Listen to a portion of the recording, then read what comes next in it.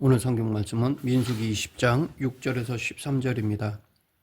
모세는 어떤 면에서 평생 분노를 간직했던 사람입니다. 하나님은 그의 분노가 당신을 위한 분노로 바뀔 것을 기다리셨다가 그를 사용하셨습니다. 모세의 분노는 그의 나이 40세에 저지른 살인으로 가장 처음 나타납니다. 당시 그는 애굽의 왕자였습니다. 왕위 계승 서열 1위는 아니었지만 평생 잘 먹고 잘 살 수 있는 신분이었습니다. 그랬던 그가 살인을 저지르고 도망자 신세가 되었습니다. 그는 이스라엘 백성들이 애굽 사람에게 매를 맞는 것을 보고 분노해서 살인을 저질렀습니다. 왕궁에서 화려한 생활을 하고 있던 모세는 노예로 전락한 동족 히브리인의 처참한 처지를 보고 분노했습니다. 모세는 자기 민족인 히브리 사람들을 사랑한다고 믿었기 때문에 동족을 괴롭히는 애굽 사람을 쳐 죽인 것인데, 그럼에도 이런 분노를 성경에서는 의로운 분노라고 말하고 있지 않습니다. 왜냐하면 이것은 어디까지나 자기중심적인 분노였기 때문입니다.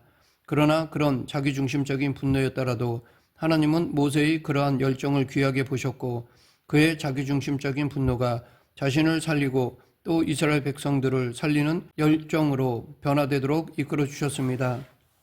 민수기 12장 3절, 이 사람 모세는 온유함이 지면의 모든 사람보다 더하더라. 여기서 보듯이 화가 난다고 사람을 죽인 모세가 세상에서 가장 온유한 사람이 되었습니다. 그러면 과연 그가 보인 온유가 무엇이기에 하나님은 모세를 온유한 사람이라고, 그것도 이 땅에서 가장 온유한 사람이라고 하신 것일까요? 모세는 살인을 저지른 후 도망자 신세가 되었습니다. 그러던 중 동쪽으로 가다가 미디안에서 시보라를 만나 결혼하고 장인 이드로의 양떼를 치는 목자가 되었습니다. 당시 애굽에서 목자는 천한 직업 중에도 가장 천한 직업이었습니다. 그러한 자신의 삶에 대해 한탄하는 마음이 모세의 아들 이름에 담겨 있습니다. 그가 아들을 낳음에 모세가 그의 이름을 게르솜이라 하여 이르되 내가 타국에서 나그네가 되었음이라 하였더라. 모세는 미디안에서의 목자의 삶이 얼마나 한탄스러웠던지 첫 아들을 낳고 그 이름을 나그네라는 뜻의 게르솜이라고 지었습니다. 이렇게 아들의 이름에 자신의 신세를 한탄한 것입니다. 그런데 이렇게 천한 목자로 살아가면서 모세 안에 자리 잡고 있던 폭발적인 분노와 사람을 죽일 만큼 사나운 성질이 사라지지는 않았습니다. 40년 동안 모세를 지켜보던 하나님이 불에 타지 않는 떨기나무에 나타나셔서 모세에게 이스라엘 백성들을 구원하라는 사명을 주셨을 때 모세는 몇 번이나 거절하였습니다. 이것은 일종의 분노의 표현이었고 모세의 거친 성질이 여전히 살아있음을 보여준 것이라 하겠습니다. 첫 번째 거절 이유는 바로가 나 같은 사람의 말을 들을 리 없다라는 것이었습니다. 두 번째 이유는 나는 입이 둔해서 조리 있게 말할 자신이 없다라는 것이었습니다. 세 번째 이유는 나는 못하겠으니 보낼 만한 사람을 보내시라는 것이었습니다. 이렇게 하나님의 명령을 세 번씩이나 거절하는 모세가 어떻게 온유한 사람이라고 할 수 있을까요? 그것도 세상에서 가장 온유한 사람이라고 할 수 있을까요? 모세가 그렇게 완강히 거절했지만 하나님은 결코 그를 포기하지 않으셨습니다. 결국 모세는 하나님의 명령을 따라 애굽 땅에서 이스라엘 백성들을 이끌고 나오게 됩니다. 모세가 지휘한 출애굽 사건은 200만 명이 넘는 민족의 대이동이었습니다. 아무리 하나님이 가라고 하셨지만 출애굽의 길은 험난하였습니다. 물도 식량도 없이 광야의 온갖 위험을 겪어야 했습니다.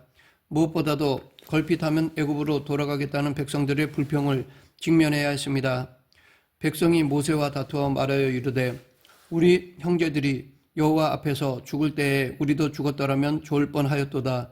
너희가 어찌하여 여호와의 회중을 이 광야로 인도하여 우리와 우리 짐승이 다 여기서 죽게 하느냐? 너희가 어찌하여 우리를 애굽에서 나오게 하여 이 나쁜 곳으로 인도하였느냐?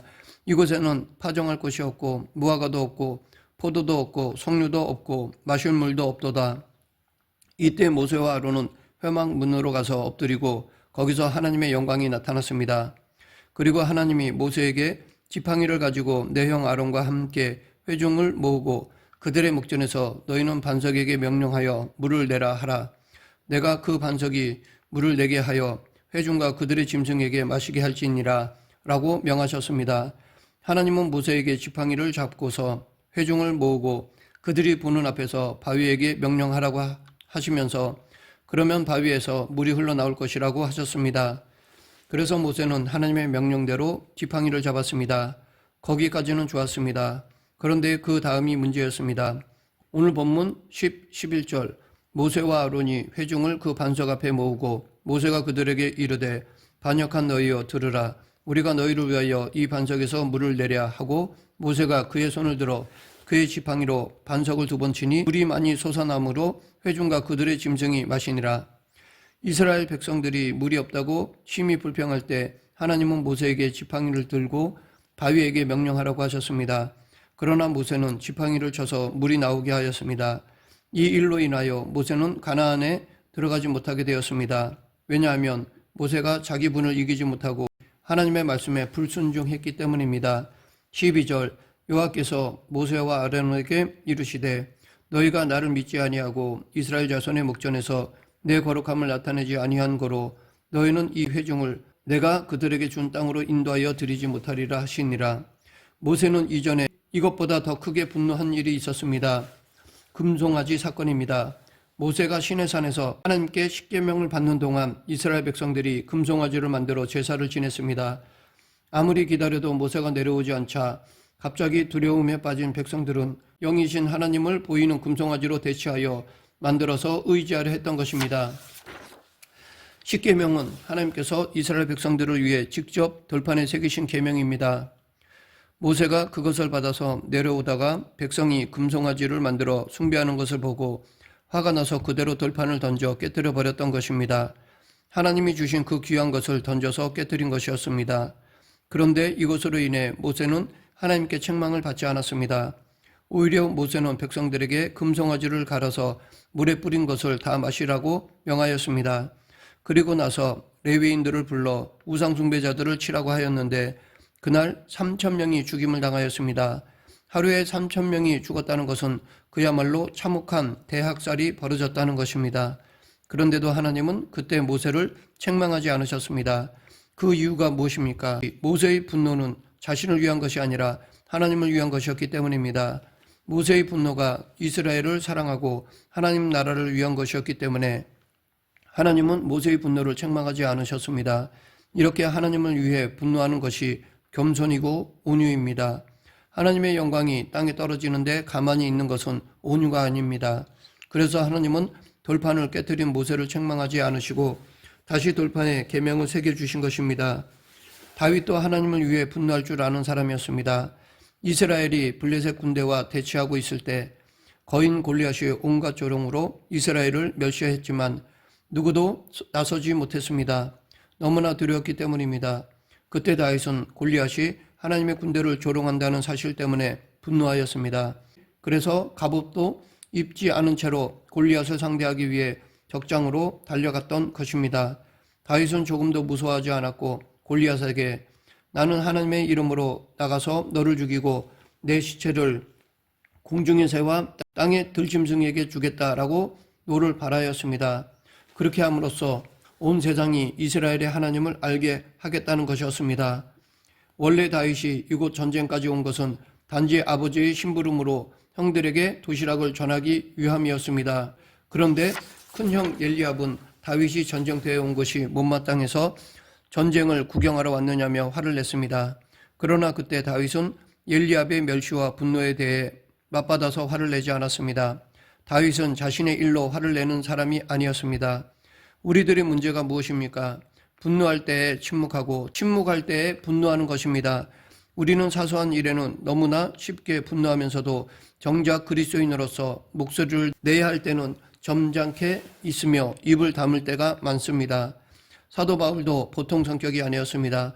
스데반을 돌로 쳐 죽이는 현장에 있으면서 그곳에 살벌한 분위기를 주도했고 그리스도인들을 잡아 가두겠다는 일념으로 먼 길도 마다하지 않고 다녔던 사람이었습니다.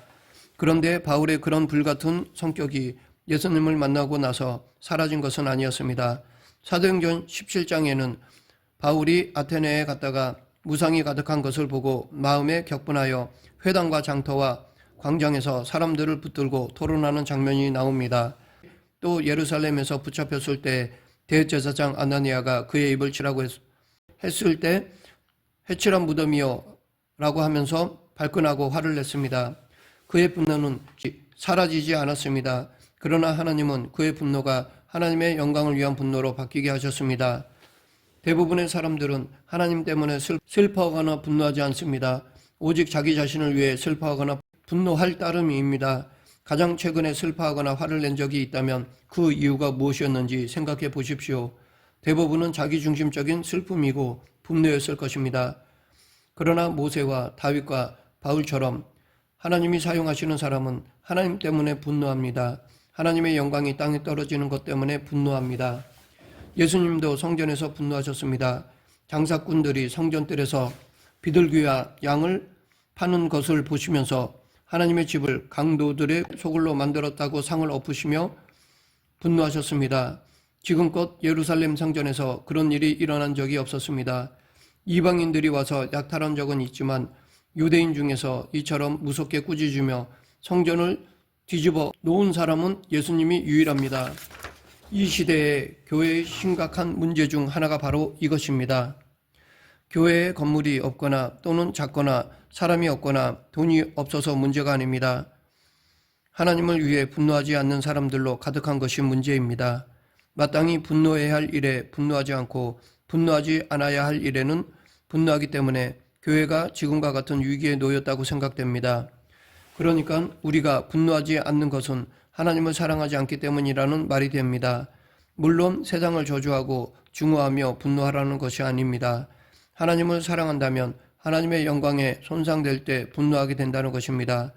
하나님 사랑은 단순히 예배에 참석하고 교회 건물을 크게 짓고 헌금을 많이 내는 것이 아니라 하나님을 조롱하는 목소리에 대해 분노하는 것입니다. 그렇게 만든 현실에 대해 분노하고 하나님이 그런 조롱을 받으시도록 원인을 제공한 교회의 잘못에 대해 분노하는 것입니다. 그리고 고치는 것입니다. 이스라엘을 향한 모세의 분노는 사실 그들을 향한 사랑에서 나온 것입니다. 하나님은 모세에게 이스라엘 백성들이 타락했다고 하시며 금송아지를 만들어 제사하는 그들을 모두 쳐서 없애버리고 모세로 큰 나라가 되게 해주시겠다고 하셨을 때 모세는 하나님께 제발 그러지 마시고 그들을 살려달라고 애원하였습니다. 그때 모세의 그 사랑의 마음을 아시는 하나님은 뜻을 돌이켜 그의 간구를 들어주셨습니다. 그리고 그가 우상 숭배하는 백성들에게 분노하여 십계명이 새겨진 돌판을 던져 깨뜨렸을 때 그것을 책망하지 않으셨습니다. 그러나 하나님께서는 오늘 본문에서의 모세의 분노는 용납하지 않으셨습니다. 심지어 그와 아론이 약속의 땅 가나안에 들어가지 못하게 하셨습니다. 왜냐하면 그 모세의 분노가 사랑에서 나온 것이 아니었기 때문입니다. 하나님 때문에 분노한 것이 아니었기 때문입니다. 하나님이 말로 명령해서 물을 내라고 하셨는데 모세는 지팡이를 두드려 물을 냈습니다. 하나님은 모세의 이 같은 행동을 믿음이 없는 것이라고 말씀하셨습니다. 사실 모세 같은 믿음을 가진 사람도 없을 것입니다. 모세는 믿음으로 홍해를 가른 사람이고 믿음으로 광야 40년 동안 200만 명의 이스라엘 백성들을 이끈 사람이었습니다. 출애굽기 17장에서도 모세는 지팡이를 두드려 물을 낸 적이 있습니다. 그때는 출애굽한 지 2개월 15일이었는데 오늘 본문은 40년이 거의 지난 때입니다. 모세는 그때처럼 이번에도 지팡이를 두드리면 물이 나올 것으로 여기고 반석에 명령하여 물을 내라는 하나님의 말씀을 제대로 듣지 않았던 것입니다. 그래서 비록 물은 나왔지만 모세의 그런 행동은 믿음에서 나온 것이 아니라는 것을 하나님이 지적하신 것입니다. 내가 나를 믿지 않고 이런 일을 했다라는 하나님의 지적은 모세와 하나님의 관계가 예전 같지 않다는 것을 뜻합니다. 즉 모세가 지팡이로 바위를 치면서 화를 낸 것은 분노의 동기가 하나님이 아닌 모세 자신에게 있었다는 것을 의미합니다. 모세 자신도 모르게 자기 자신 안에 고개를 든 교만으로 인한 분노였습니다. 하나님은 이것을 그냥 넘어가지 않으신 것입니다. 하나님은 모세에게 그랬듯이 우리의 분노가 당신을 위한 분노가 될 때까지 기다리십니다. 분노가 사라지기를 기다리는 것이 아니라 분노가 올바르게 바뀌기를 기다리십니다. 나 자신이 아니라 하나님 때문에 분노하게 될 때 하나님은 우리를 사용하십니다. 그리스도인은 남다른 분노가 있어야 합니다. 하나님이 영광을 받지 못하실 때 분노하고 이웃이 고통을 당할 때 분노해야 합니다. 억울하게 고통을 당하는 사람들 때문에 분노해야 합니다. 말씀을 맺겠습니다. 하나님 때문에, 예수님 때문에, 복음 때문에 세상에 우상이 가득한 것 때문에 주님을 모르는 사람들이 너무 많기 때문에 또 교회가 주님이 원하시는 것을 제대로 하지 않기 때문에 이런 이유들로 우리가 분노하고 슬퍼하는 그리스도인이 될 때 그러한 우리를 통해 세상이 변하게 될 것입니다. 우리 모두 거룩한 분을 내는 성도가 되길 간절히 축원합니다. 기도하겠습니다. 사랑과 은혜가 풍성하신 하나님 아버지, 내 중심이 아닌 하나님 중심의 의분을 가지고 사는 그리스도인이 되게 하여 주시옵소서. 예수님 이름으로 기도드립니다. 아멘.